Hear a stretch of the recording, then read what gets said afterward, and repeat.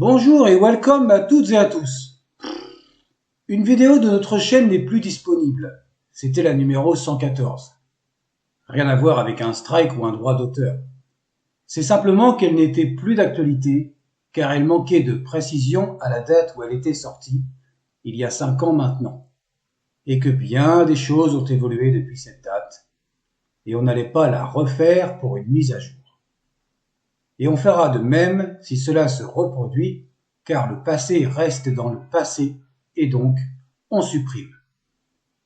À ce propos, pour les personnes qui font des vidéos YouTube et que les vues ont une importance, sachez que si une vidéo est supprimée, elle disparaît avec son nombre de vues. Comme la nôtre. Voilà, si vous voulez le savoir. Nous, on s'en tape, mais carrément, vous ne pouvez pas imaginer à quel point. Et vous savez pourquoi? Tout simplement parce que les choses évoluent, et surtout dans les domaines des langues anciennes. Grâce aux découvertes, comme notre chaîne sur les hiéroglyphes. Bref, passons à notre vidéo 278. Dans une autre vidéo, la numéro 124, parmi les projets de la chaîne dont on a parlé vaguement, nous avons commencé les textes des pyramides et tous les hiéroglyphes, et à 6 minutes 25, il était question des couleurs. Eh ben, nous y voilà. Chez les anciens Égyptiens, on bafouille. En ancienne Égypte, la perception et la notation des couleurs n'étaient pas absolues, en dépit des nouvelles traductions depuis le début de l'égyptologie jusqu'à nos jours, tant pour les écritures hiéroglyphiques que hiératiques et démotiques. Examinons tout d'abord la notion de couleur dans les textes égyptiens, qui nous indique le lexème inem. Ce terme traduit notre équivalence de couleur, mais également le teint et la coloration. Voyons ce lexème. Que dire? Ce n'est que dès la première période intermédiaire que le tilapia K1 est utilisé dans les graphies. Il y a une variante en inem même dès la troisième période intermédiaire. Les diverses graphies, les déterminatifs et les valeurs phonétiques ont tous été expliqués au cours des précédentes vidéos, et spécialement pour les parties du corps. Un autre lexème pour la couleur, le teint, est youn, qui est assez proche du précédent par sa consonance à toutes les périodes, mais selon le contexte, il peut se traduire également par la nature ou la disposition de quelqu'un ou de quelque chose. Voyons les graphies. Ce terme était recensé dans les textes à partir du Moyen Empire avec un abrégé en in, et il devint tel quel dès la basse époque. À noter que les déterminatifs sont ceux pour les peaux et les cheveux ou les poils, en général, pour les deux lexèmes. La chaîne Les Hiéroglyphes a comme objectif, comme son nom l'indique, la présentation des milliers de hiéroglyphes qui sont recensés dans les textes et non pas l'histoire des anciens Égyptiens. Néanmoins, pour indiquer les nouveaux hiéroglyphes au fur et à mesure, nous vous présentons des textes comme l'histoire de Kadesh, la stèle d'Israël, les textes des pyramides et bien entendu les grammaires.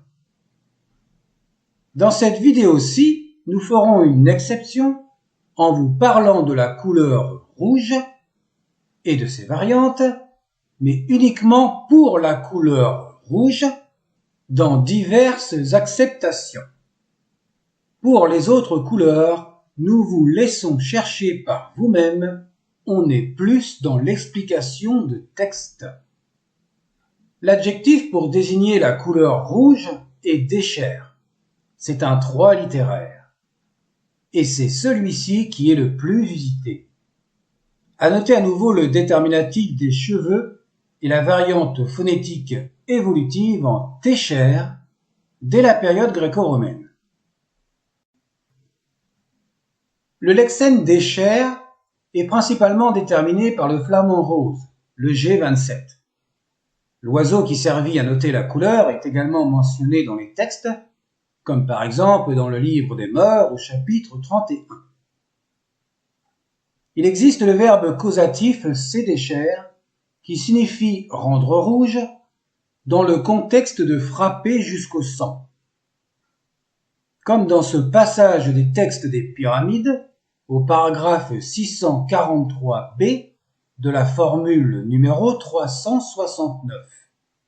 Sédécher en sen houtef. Ils ont rendu rouge son cou. Ils l'ont frappé jusqu'au sang.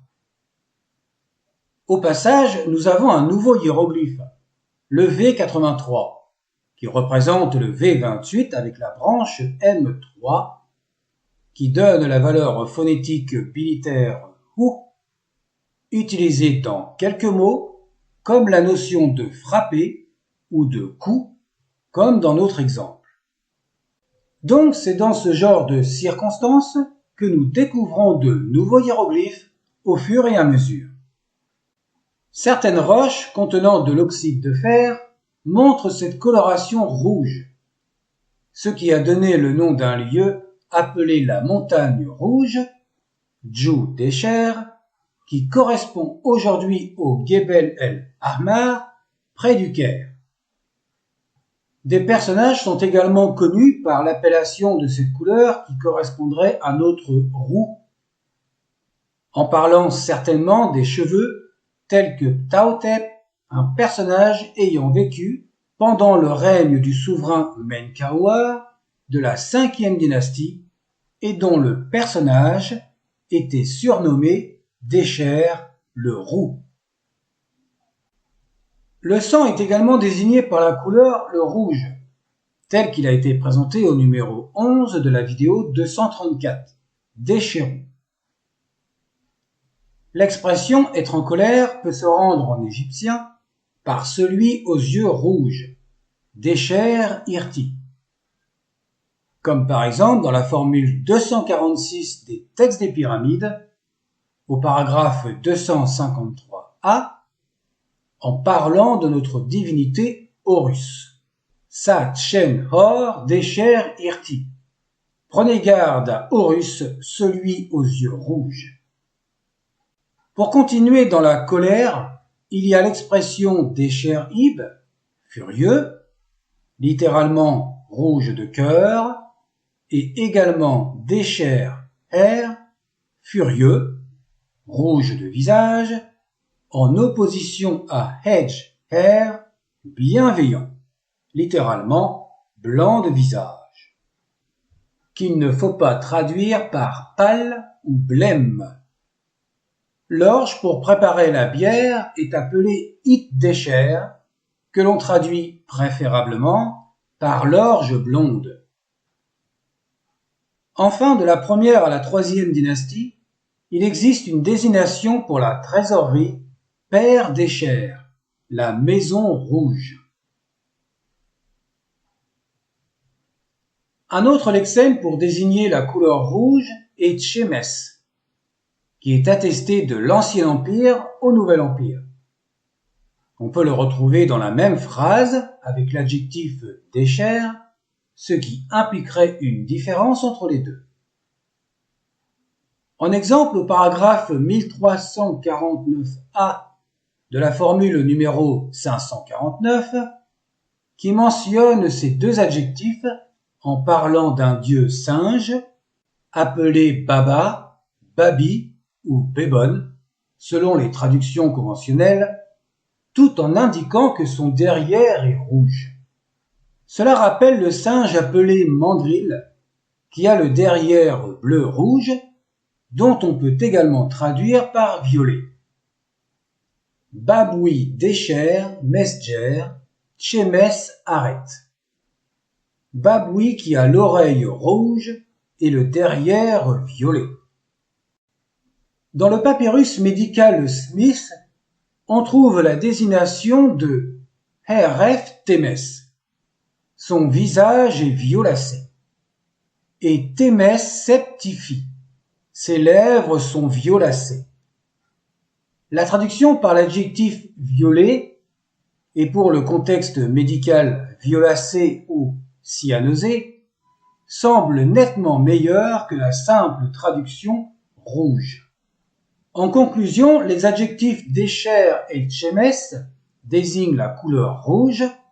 La valeur Tchemes semble avoir désigné le violet à l'origine, puis a perdu sa signification propre jusqu'à ses dernières attestations au cours du Nouvel Empire, tandis que l'adjectif Descher a continué d'évoluer, et cela jusqu'à la langue copte en métathèse, et voyons les graphies à la page suivante.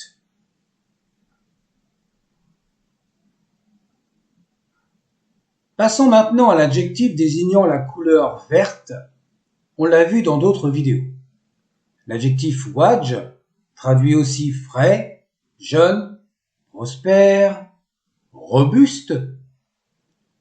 Par exemple, pour désigner la viande, que l'on traduira volontiers par de la viande fraîche ou de la viande crue à la place de la viande verte. L'adjectif hedge, pour blanc, traduit également brillant, et on le retrouve dans l'expression la terre qui s'éclaire pour désigner l'aube, hedge ta. Et dans la dernière variante gréco-romaine, on a l'idée avec le N8D qui nous amène un nouveau hiéroglyphe, c'est une graphie du N8. La couleur noire se traduit par kem, sans surprise non plus, on l'a déjà vu dans d'autres vidéos. Vous vous rappelez de la couleur rouge dans la formule 246 des textes des pyramides au paragraphe 253a en parlant de notre divinité Horus, citée précédemment? Eh bien, dans ce paragraphe 253a, il y est fait mention également de la couleur bleue, res beige. Ce terme n'indique que la couleur des yeux des divinités dans les textes des pyramides et dans les textes des sarcophages.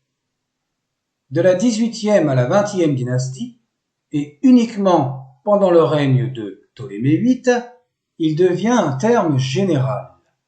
À noter que sous Ptolémée VIII, il existe en métathèse avec res deb. La traduction littérale signifie plus exactement de la couleur du lapis lazuli. Cette roche est évidemment de couleur bleue et elle se dit res beige. Et enfin, un autre terme pour bleu est téphéraire, attesté à l'époque gréco-romaine, tout comme le lapis lazuli qui se dit également téphéraire. Il existe une localité appelée Téphéraire qui se trouve en Mésopotamie où l'on extrait le lapis lazuli telle qu'elle est mentionnée dans les textes. Cette localité, à l'heure actuelle, n'est pas encore identifiée avec certitude. Voilà, c'est fini. Il n'y a pas de désignation pour le marron, l'orange, le rose, le gris et le jaune. Pour le jaune, par exemple, il peut se traduire par de la couleur de l'or, mais sans attestation formelle. Nous vous souhaitons une bonne continuation et portez-vous bien. À plus.